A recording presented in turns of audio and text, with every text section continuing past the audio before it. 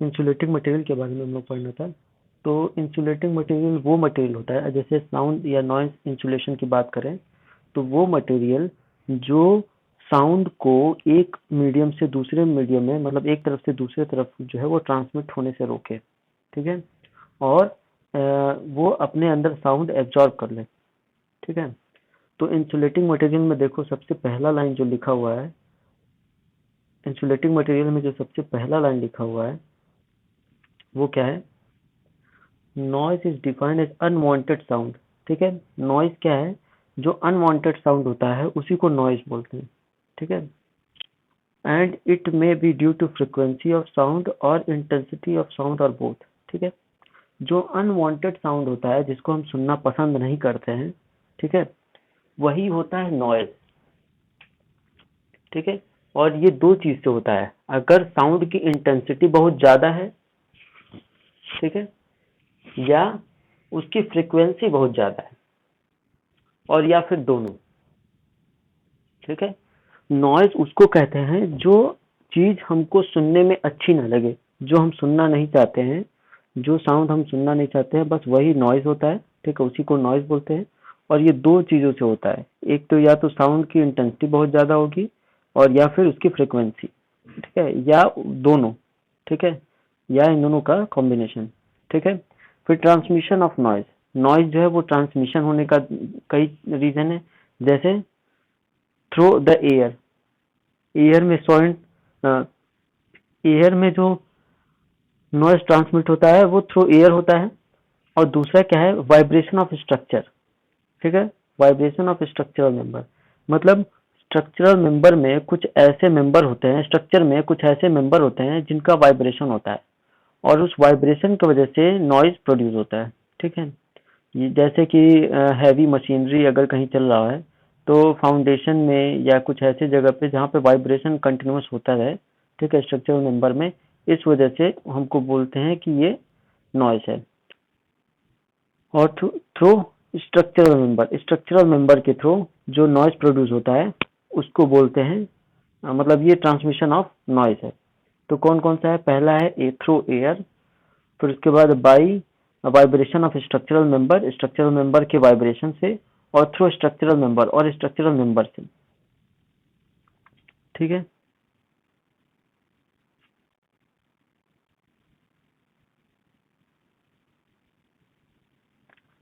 अब sound insulation and sound absorption, ठीक है, ये दोनों अलग अलग चीज हैं, ठीक है। देखो द लिखा हुआ है क्या? Sound insulation, the distinct function of sound absorption is prevention of sound wave, ठीक है। साउंड एब्जॉर्प्शन का फंक्शन क्या है कि वो प्रिवेंट करता है साउंड वेव को एक तरफ से दूसरी तरफ ट्रांसमिट होने के लिए। Whereas the function of sound insulation is to prevent of transmission of sound by any mean, ठीक है। साउंड एब्जॉर्प्शन क्या होता है कि वो साउंड वेव को प्रिवेंट करता है दूसरी तरफ ट्रांसमिट होने के लिए, ठीक है। तो वो साउंड एब्जॉर्प्शन क्या होता है? साउंड एब्जॉर्प्शन वो मटेरियल होता है जो साउंड को अपने अंदर एब्जॉर्ब कर ले, ठीक है। और साउंड इंसुलेशन का फंक्शन क्या होता है कि वो एक अपने से एक तरफ का साउंड जो है वो दूसरी तरफ जो है वो जाने से रोकता है, वो ट्रांसमिट होने को, साउंड के ट्रांसमिशन को रोकता है, ठीक है, साउंड इंसुलेशन। और साउंड एब्जॉर्प्शन क्या होता है कि वो जो साउंड प्रोड्यूस हुआ है उसको अपने अंदर एब्जॉर्ब करता है, ठीक है। Sound structure is used to indicate the loss of sound energy on reflection at surface, ठीक है। Sound structure is to indicate the loss of sound energy on reflection at surface, so it can basically a function of sound surface construction और surface material, ठीक है। Sound structure जो है वो energy loss करता है, साउंड एनर्जी को loss करता है थ्रू रिफ्लेक्शन से, ठीक है। तो इसका फंक्शन जो है, जो अब जो साउंड इंसुलेशन का जो फंक्शन है वो सरफेस कंस्ट्रक्शन है। जैसे किसी बड़े सेमिनार हॉल में जाओ, या वो थिएटर में जाओ, या किसी पिक्चर हॉल में जाओगे, तो वहाँ पे जो सरफेस होता है वो देखोगे कि थोड़ा फ्लफी होता है या फिर उस सरफेस पे बहुत ज़्यादा होल्स होते हैं छोटे छोटे। ठीक है, तो वो क्या करते हैं, वो जो छोटे होल्स होते हैं या जो फ्लफी मटेरियल हम लोग यूज़ करते हैं उसके सरफेस पे, क्योंकि सरफेस कंस्ट्रक्शन है, सरफेस मटेरियल जो जैसा यूज़ करेंगे नॉइज का ट्रांसमिशन या इंसुलेशन उसी तरीके से होगा। तो हम क्या करते हैं कि उस सरफेस पे होल्स या फ्लफी मटेरियल यूज़ करते हैं जो कि साउंड को अपने अंदर एब्जॉर्ब कर लेता है, वो अपने सरफेस से रिफ्लेक्ट नहीं करता है। ठीक है, और तभी हम जो सेमिनार हॉल या बड़े थिएटर होते हैं वहाँ पे इको नहीं प्रोड्यूस होता है और हम क्लियरली वॉइस को सुन पाते हैं। ठीक है, hence porous material which are generally good sound absorbent and poor sound insulator। ठीक है, तो हम क्या करते हैं कि पोरस मटेरियल इस्तेमाल करते हैं।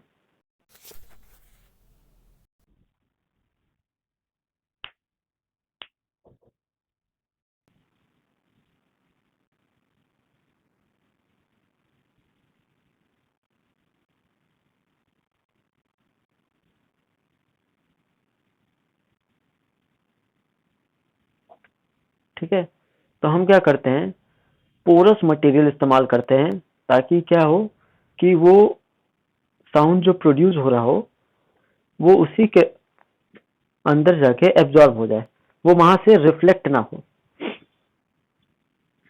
ठीक है, तो जब रिफ्लेक्शन नहीं होगा तो इसका मतलब साउंड जो है वो क्लियरली सबको सुनाई देगा, इको प्रोड्यूस नहीं होगा, और जब इको प्रोड्यूस नहीं होगा तो वो नॉइज भी प्रोड्यूस नहीं करेगा। ठीक है,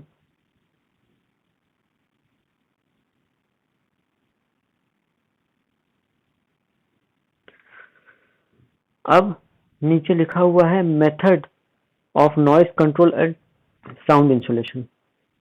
ठीक है, कौन कौन से मेथड हैं जो हम लोग यूज करते हैं नॉइज कंट्रोल में या साउंड इंसुलेशन में, वो यहाँ दिया गया है। ठीक है, सबसे पहला है जनरल कंसिडरेशन। ठीक है, दूसरा क्या है, constructional constructional measure of noise control and sound insulation, और फिर तीसरा है प्रैक्टिकल कंसिडरेशन। ठीक है, ये तीनों मेथड हम लोग देखेंगे नॉइज कंट्रोल और साउंड इंसुलेशन का। ठीक है,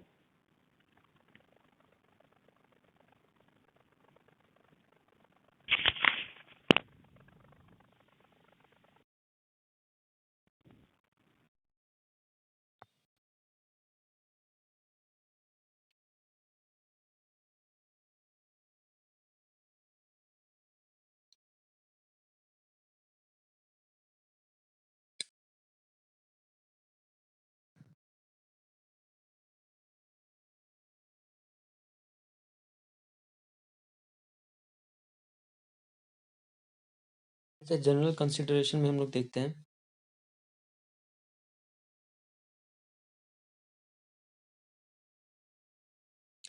जनरल कंसिडरेशन में हम लोग देखते हैं following general consideration should be made for noise control and sound insulation in the building. ठीक है, इसमें कुछ है जो इस्तेमाल किए जाते हैं। The best way to isolate the source. ठीक है, जो सबसे पहला और सबसे बेसिक मेथड है साउंड इंसुलेशन का, कि जो साउंड जहाँ से प्रोड्यूस हो रहा है उसको आइसोलेट करते हैं, उसको बाकी जगह से अलग करते हैं। ठीक है, ये सबसे बेस्ट मेथड है। Airtight casement and room for machinery would achieve this purpose to the same extent। ठीक है, फिर उसके बाद जब आइसोलेट कर दें सोर्स को ही, और जहाँ पे भी नॉइज प्रोड्यूस हो रहा है वहाँ पे हम क्या करें, जहाँ पे भी मशीनरी रूम है उस रूम को ही पूरा एयर टाइट कर दें। ठीक है, ताकि जो है वो जो सोर्स है वो बाहर साउंड ट्रांसमिट ना कर पाए। ठीक है, फिर नेक्स्ट है residential building should be properly located in quite area away from the noisy surroundings. ठीक है, जो रेजिडेंशियल पर्पस है जहाँ पे लोगों को रहना होता है वो हम कोशिश ये करें कि वो क्वाइट एरिया पे हो, शांत जगह पे हो, और जहाँ पे नॉइजी सराउंडिंग ना हो। ठीक है, building should be properly oriented with respect to road, and should not be such that door and windows windows do not face the source of noise. ठीक है।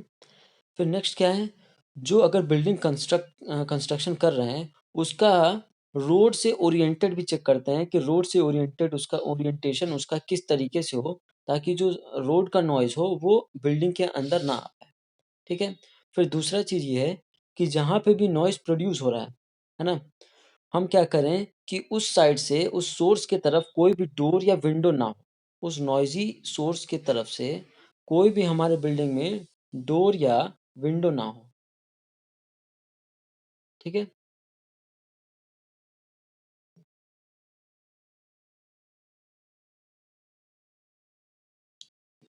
फिर नेक्स्ट क्या है?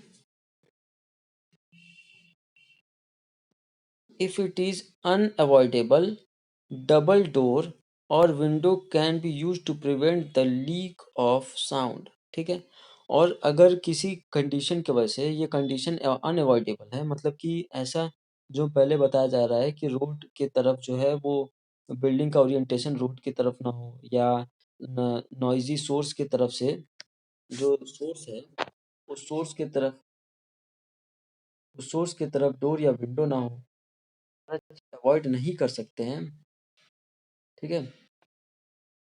अगर डोर या विंडो को हम उस सोर्स की तरफ अवॉइड नहीं कर सकते हैं, तो हम क्या करें कि जो भी डोर या विंडो है वो डबल डोर बनाए या डबल विंडो बनाए, जिसमें क्या होता है कि सिंगल डोर में क्या होता है कि नॉइज ट्रांसमिशन जो है वो काफ़ी ज़्यादा होता है।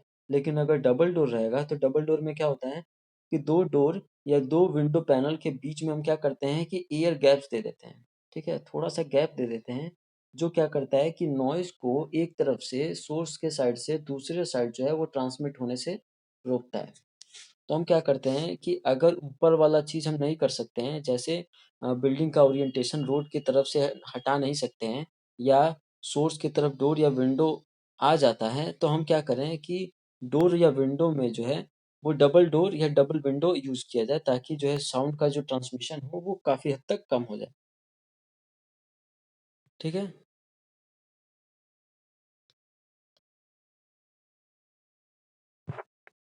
ठीक है।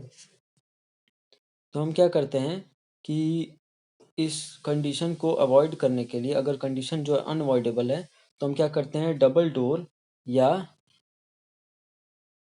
डोर और विंडो को इस्तेमाल करते हैं, ताकि साउंड का लीक जो है वो रोका जा सके। थर्ड पॉइंट क्या है, different units should be properly plan to reduce the noise to minimum. ठीक है। बाकी जो डिफरेंट यूनिट्स हैं, जो इस तरीके से प्लान किए जाएं ताकि साउंड साउंड का जो नॉइज है उसको कम से कम किया जा सके। ठीक है।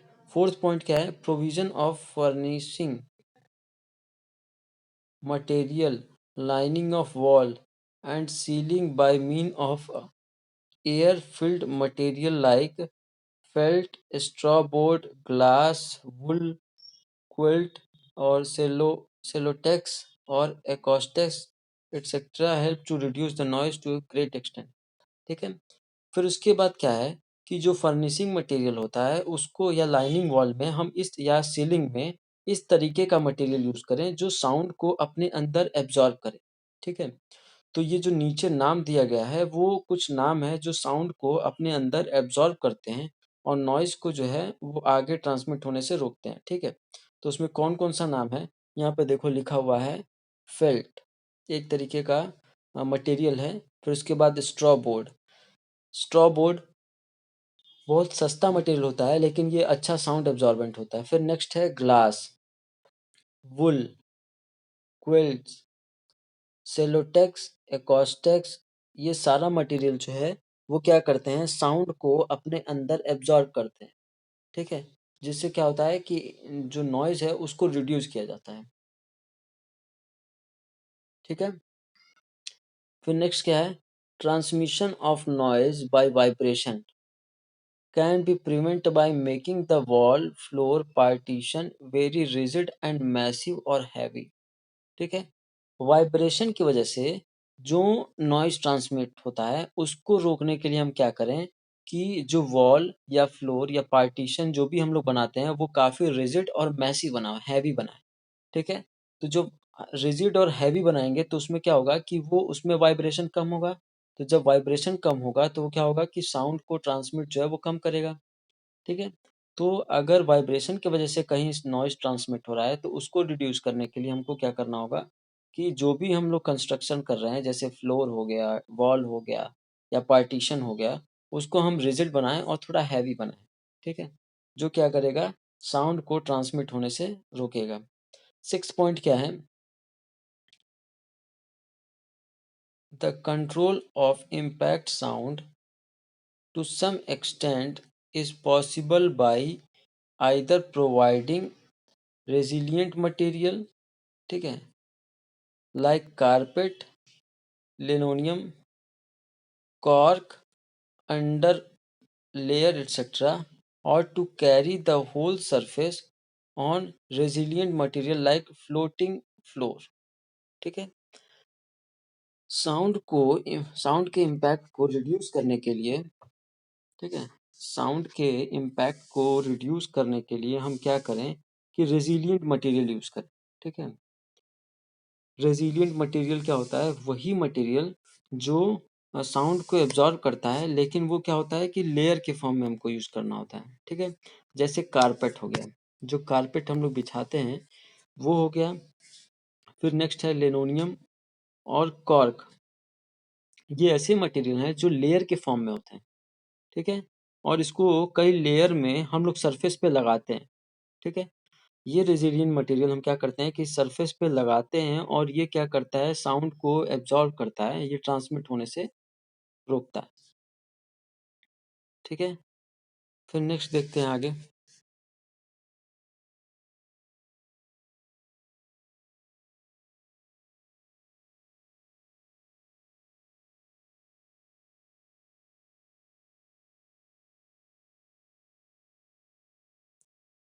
ठीक है।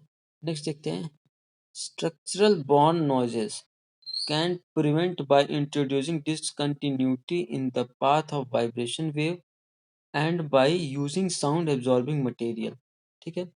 अगर स्ट्रक्चरल बॉर्न नॉइज है, मतलब स्ट्रक्चरल बॉर्न नॉइज का अगर बात करें तो स्ट्रक्चरल बॉर्न नॉइज वो होते हैं जो स्ट्रक्चर से प्रोड्यूस होते हैं, जो बिल्डिंग के स्ट्रक्चर से या कोई भी स्ट्रक्चर अगर हम लोग बनाए होते हैं, अगर उससे वो नॉइज प्रोड्यूस होता है तो उसको हम लोग बोलते हैं क्या है, स्ट्रक्चरल बॉर्न नॉइज।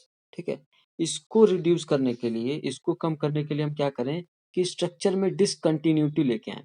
मतलब कि एक पार्ट को बनाएं और दूसरे पार्ट के बीच में कुछ गैप दे दें, और वो गैप इस तरीके से हो कि वो नॉइज को या वाइब्रेशन को ट्रांसमिट ना करे। ठीक है। तो जो वाइब्रेटिंग वेव होगा, जो स्ट्रक्चर का वाइब्रेटिंग वेव होगा स्ट्रक्चरल मेंबर का, वो जिस अगर एक पार्ट में प्रोड्यूस हो रहा है तो वो दूसरे पार्ट में ट्रांसमिट नहीं होगा। ठीक है। तो इसलिए हम क्या करते हैं कि जो भी स्ट्रक्चर हम बनाते हैं उसमें थोड़ा सा गैप कर देते हैं। ठीक है। डिसकंटिन्यूटी कर देते हैं पाथ में, ताकि वो क्या है कि वो नॉइज को वो ट्रांसमिट ना करें। और दूसरा चीज़ क्या है, बाय यूजिंग एब्जॉर्बिंग मटेरियल, और एब्जॉर्बिंग मटेरियल को हम इस्तेमाल करें ताकि जो साउंड है वो एब्जॉर्ब हो जाए, वो ट्रांसमिट ना हो। फिर नेक्स्ट क्या है, the construction of expansion joint in large frame structure act in this manner. ठीक है। फिर क्या कहा गया है, एक्सपेंशन जॉइंट जो है बड़े बड़े फ्रेम स्ट्रक्चर में इसी वजह से बनाए जाते हैं ताकि उसमें जो है वो नॉइज प्रोड्यूशन, नॉइज जो है वो एक पार्ट से दूसरे पार्ट में ट्रांसमिट ना हो। जो एक्सपेंशन जॉइंट बनाया जाता है वो जरूरी नहीं है सिर्फ नॉइज के लिए बनाया जाता है। ठीक है। एक्सपेंशन जॉइंट कई तरीके से बनाया जाता है, जैसे इसका नाम ही देखो लिखा हुआ है एक्सपेंशन जॉइंट। तो एक्सपेंशन जॉइंट इसलिए बनाया जाता है कि अगर टेम्परेचर चेंज होने की वजह से स्ट्रक्चर में एक्सपेंशन या कॉन्ट्रैक्शन हो रहा है, तो वो क्या हो, वो इसी जॉइंट के पास ही इसमें कॉन्ट्रैक्शन या एक्सपेंशन हो। ठीक है। वो बाकी बिल्डिंग में ना हो। ठीक है। तो जो भी हम लोग फ्रेम स्ट्रक्चर बनाते हैं उसमें एक्सपेंशन जॉइंट देते हैं, जिसमें क्या होता है कि टेम्परेचर चेंज होने की वजह से जो भी एक्सपेंशन या कॉन्ट्रैक्शन होता है वो इसी पार्ट में होता है। और दूसरा चीज़, ये साउंड को एक पार्ट से दूसरे पार्ट में ट्रांसमिट होने से रोकता है। ठीक है।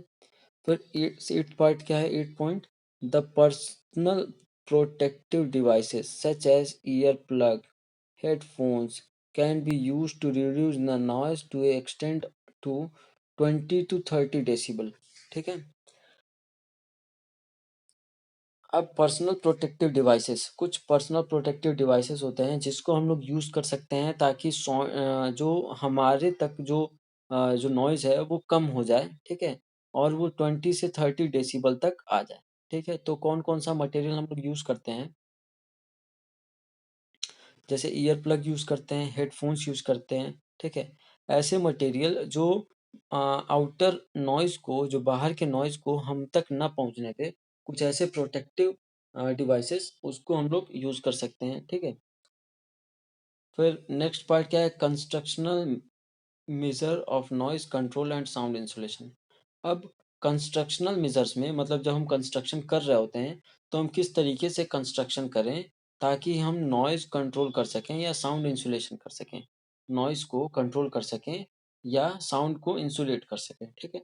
अब ये पॉइंट जो है, जब हम लोग बिल्डिंग कंस्ट्रक्शन कर रहे होते हैं या स्ट्रक्चर बना रहे होते हैं, तभी ये सारे मेजर्स हमको करने होते हैं। तभी ये तरीका अपनाना होता है ताकि जब भी हम बिल्डिंग बनाएँ, तो उसमें ये सारे पार्ट्स को हम ध्यान दे सकें, ठीक है?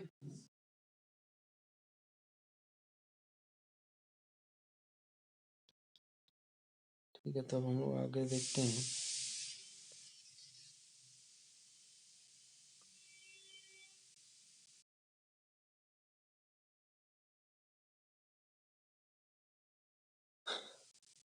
Construction measures of noise control and sound insulation. सबसे पहला क्या है?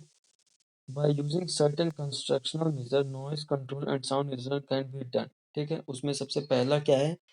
Wall and partition, vertical barrier to noise. ठीक है, वॉल और पार्टीशन किस तरीके से बनाएं ताकि जो नॉइज को हम कैंसिल आउट कर सके, जो नॉइज को जो है वो कम से कम रिड्यूस किया जा सके। तो इसमें सबसे क्या लिखा हुआ है? These wall constructions should be as act a vertical barrier। ये जो वॉल कंस्ट्रक्शन होते हैं या पार्टीशन होता है, ये वर्टिकल बैरियर की तरह काम करते हैं, ठीक है? और कौन-कौन सा मटेरियल हम इसमें अडॉप्ट करते हैं ये भी देखते हैं। To achieve this following method of wall construction can be adopted. कौन-कौन सा मेथड जो है वो अडॉप्ट करते हैं? उसमें देखो सबसे पहला पॉइंट लिखा हुआ है rigid and massive homogeneous partition. ठीक है, rigid and massive homogeneous partition. तो सबसे पहला क्या है? The sound insulation of rigid and massive homogeneous wall such as well plastered solid brick masonry wall depends directly on the weight of the partition per unit area. ठीक है, तो sound insulation के लिए सबसे पहला क्या है कि रिजिड होमोजेनियस वॉल क्रिएट किया जाए, मैसिव वॉल क्रिएट किया जाए, जो कि क्या होता है कि एक वर्टिकल बैरियर की तरह काम करता है। और वेल डेवलप जो है सॉलिड ब्रिक अगर मैशनरी करते हैं, अच्छे से प्लास्टर किया हुआ होता है, ठीक है, तो वो क्या करता है कि उसका वेट ज़्यादा होता है, पर यूनिट एरिया में उसका वेट ज़्यादा होता है और वो नॉइज़ को जो है वो अपने से ट्रांसमिट होने से रोकता है, ठीक है? वो साउंड इंसुलेट करता है, ठीक है? The sound insulation of a partition thus increases with the increase in this thickness. ठीक है, तो साउंड इंसुलेशन जो है वो और अच्छा बनाया जा सकता है जैसे जैसे हम पार्टीशन वॉल की थिकनेस को बढ़ाएंगे, वैसे वैसे वो और अच्छा साउंड इंसुलेशन होता जाएगा, ठीक है?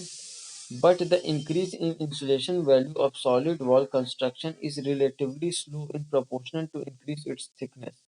ठीक है, लेकिन क्या होता है कि इसका जो प्रपोर्शन होता है वो काफ़ी रिलेटिवली लो होता है। जैसे-जैसे थिकनेस बढ़ाएँगे वैसे-वैसे साउंड जो है वो कम होता जाएगा। लेकिन इससे भी अच्छा मेथड क्या है कि हम जो है ना 2 2 वॉल जो है वो क्रिएट करें, बनाएँ और उनके 2 वॉल के बीच में जो है वो हल्का-सा गैप कर दें, एयर गैप कर दें। ठीक है?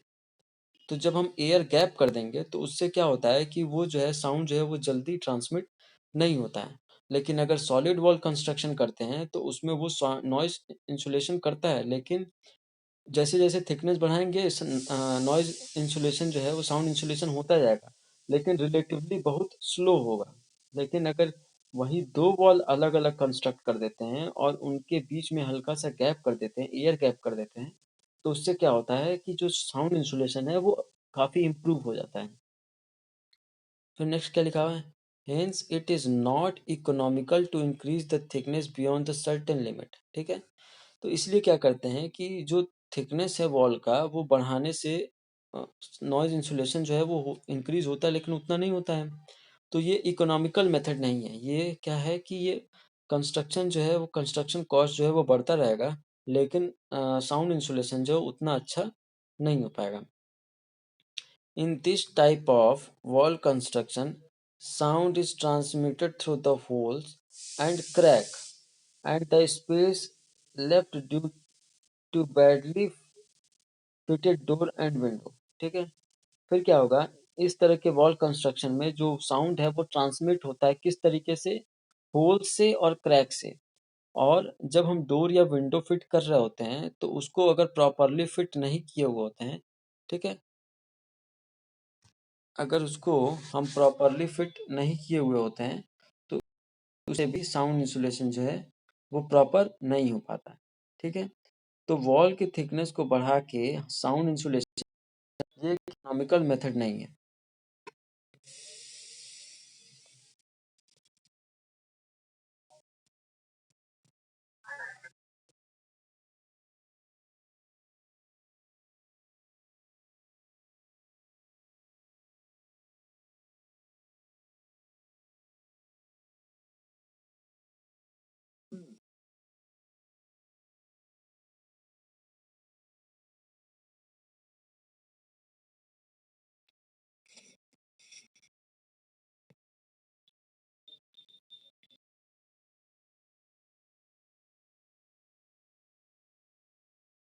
ठीक है, तो सिंपल सी बात यह है कि जो अगर वॉल का कंस्ट्रक्शन हम कर रहे हैं और उसका थिकनेस बढ़ाते बढ़ाते हम नॉइज इंसुलेशन या साउंड इंसुलेशन करना चाहते हैं तो ये इकोनॉमिकल मेथड नहीं है। ठीक है, क्यों? क्योंकि वॉल का थिकनेस बढ़ाने से मटेरियल ज़्यादा लगेगा, लेकिन जितना मटेरियल ज़्यादा लग रहा है उसी रेस्पेक्ट में जो नॉइज इंसुलेशन है, जो साउंड इंसुलेशन है, वो नहीं होता है।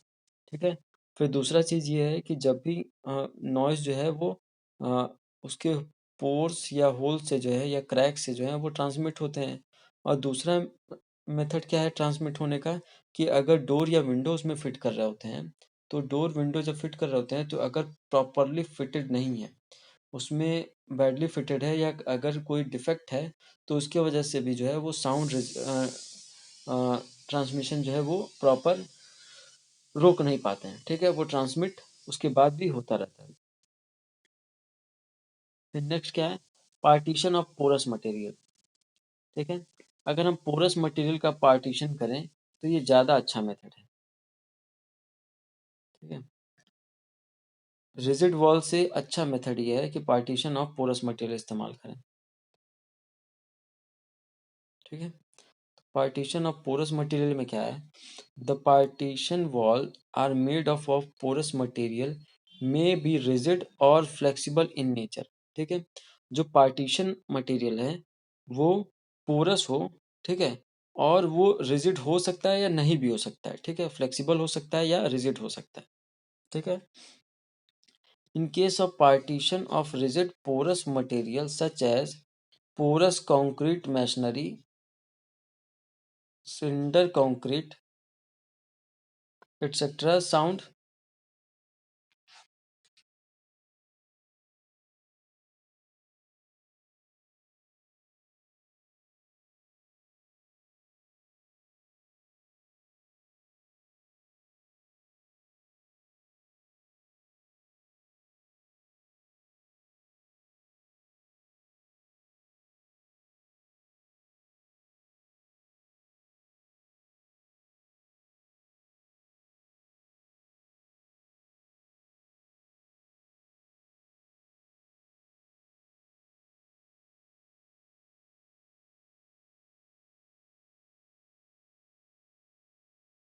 ठीक है, तो हम क्या क्या यूज कर सकते हैं पार्टीशन रिजिड वॉल मटे पोरस मटेरियल में, पोरस कंक्रीट मशीनरी कर सकते हैं, सिंटर कंक्रीट यूज कर सकते हैं। ठीक है, the etc., the sound insulation increase about 10% higher than the non-porous variety of the same weight. ठीक है, अगर ये हम मटेरियल यूज करते हैं तो साउंड इंसुलेशन जो है वो 10% ज़्यादा हो जाता है नॉन पोरस मटेरियल में। ठीक है, नॉन पोरस मटेरियल में सेम वेट का। ठीक है, अगर उतना ही वेट का हम दूसरा नॉन पोरस मटेरियल यूज कर रहे हैं तो वो क्या होता है कि वो 10% जो है वो लेसर होता है as comparable to porous material. ठीक है, क्यों? Due to absorptive property of material. ठीक है, क्योंकि पोरस मटेरियल में जो है वो एब्जॉर्प्शन का प्रॉपर्टी होता है, इस वजह से जो पोरस मटेरियल है वो ज़्यादा साउंड एब्जॉर्ब करता है। ठीक है, फिर क्या है, partition of but partition of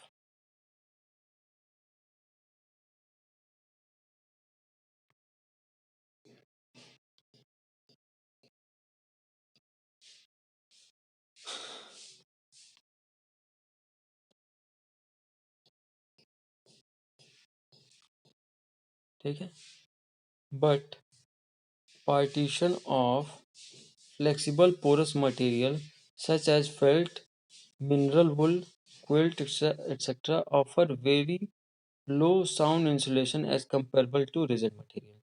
ठीक है, लेकिन फ्लेक्सिबल मटेरियल जो है जैसे फेल्ट हो गया, मिनरल वुल हो गया या क्विल्ट हो गया, ये बहुत लो साउंड इंसुलेशन करते हैं as comparable to rigid material. ठीक है, रिजिड मटेरियल जो है वो ज़्यादा साउंड इंसुलेशन करते हैं as comparable to flexible material. Some time एक कंपोजिट कंस्ट्रक्शन, अब यहाँ देखो कंपोजिट कंस्ट्रक्शन करते हैं फ्लेक्सिबल मटेरियल का और रिजिड मटेरियल का, तो वो जो है वो ज़्यादा अच्छा साउंड इंसुलेटर होता है। Combination of rigid material and porous flexible material can be adopted for better insulation with lesser unit weight of partition। ठीक है, तो हम क्या करते हैं कि रिजिड मटेरियल और पोरस फ्लेक्सिबल मटेरियल का कंपोजिट बनाते हैं। ठीक है, और वो अच्छा साउंड इंसुलेटर होता है। ठीक है, और जिसका वेट जो है भी कम होता है, lesser unit weight of partition. ठीक है, पार्टीशन वेट का जो यूनिट वेट पार्टीशन वेट जो है वो कम होता है, यूनिट वेट। ठीक है, फिर थर्ड पॉइंट क्या है, hollow and composite partition wall और डबल वॉल कंस्ट्रक्शन। ठीक है, अब क्या, जब इसके पहले हम बोले थे डबल वॉल कंस्ट्रक्शन, ये अच्छा एक साउंड इंसुलेटर है। उसमें क्या होते हैं कि हम दो वॉल को कंस्ट्रक्ट करते हैं और उनके बीच में गैप कर देते हैं। ठीक है, तो इसमें क्या है, कैविटी वॉल और double wall construction is better sound insulation than solid wall construction. जो कैविटी वॉल होते हैं या जो हॉलो वॉल होते हैं वो अच्छा साउंड इंसुलेटर होता है as comparable to solid wall construction. ठीक है, तो जो कैविटी वॉल होता है वो कैसा होता है देखते हैं। Cavity wall construction already given. ठीक है, कैविटी वॉल में क्या क्या होता है वो हम लोग देखते हैं आगे।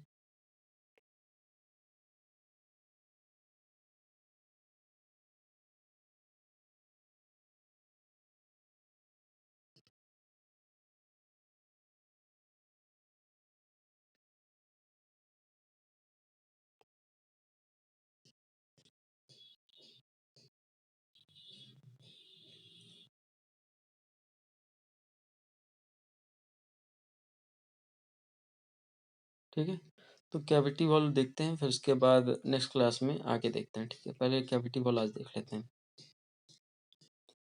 Cavity alternative method of double wall partition can also be adopted. Double wall partition जो है वो अडॉप्ट कर सकते हैं। This consist of two leaves of wall, दो वॉल होते हैं, पहला और दूसरा। ठीक है, made of light material such as metal lath and plaster. ठीक है, fibre board, plaster board, plywood etcetera. ठीक है, जो कि लाइट वेट मटेरियल यूज करते हैं, जैसे मेटल लेथ यूज कर लेंगे, प्लास्टर यूज कर लेंगे। ठीक है, फाइबर बोर्ड यूज कर लेंगे, प्लास्टर बोर्ड यूज कर लेंगे या प्लाईवुड यूज करेंगे। Fixed on stud with an air space between. ठीक है, और ये स्टड से इन दोनों को जोड़ देते हैं और इनके बीच में क्या होता है, एयर गैप होता है। The air space of about 10 to 12 centimetre escape between the leaf of the wall and staggered wooden stud are provided as support। ठीक है, हम क्या करते हैं कि इन दोनों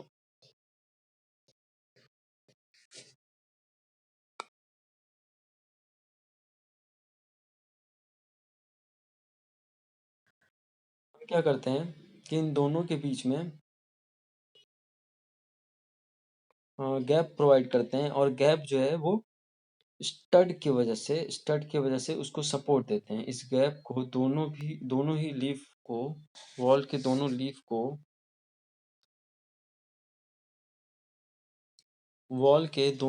हम क्या करते हैं कि स्टड से सपोर्ट प्रोवाइड करते हैं।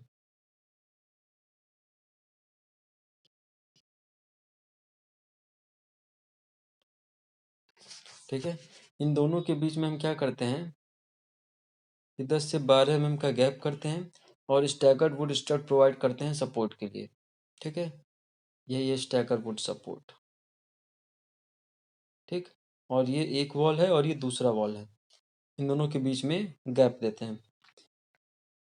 In cavity type of construction air space is better than filling with material. ठीक है, जो एयर गैप होता है वो ज़्यादा बेटर ऑप्शन है देन फिलिंग मटेरियल। इसमें कोई भी मटेरियल फिल ना करें और इसको गैप रखें तो ये ज़्यादा इफेक्टिव होता है। This is on account of the fact that filling acoustic material like rock wool, glass wool, etc.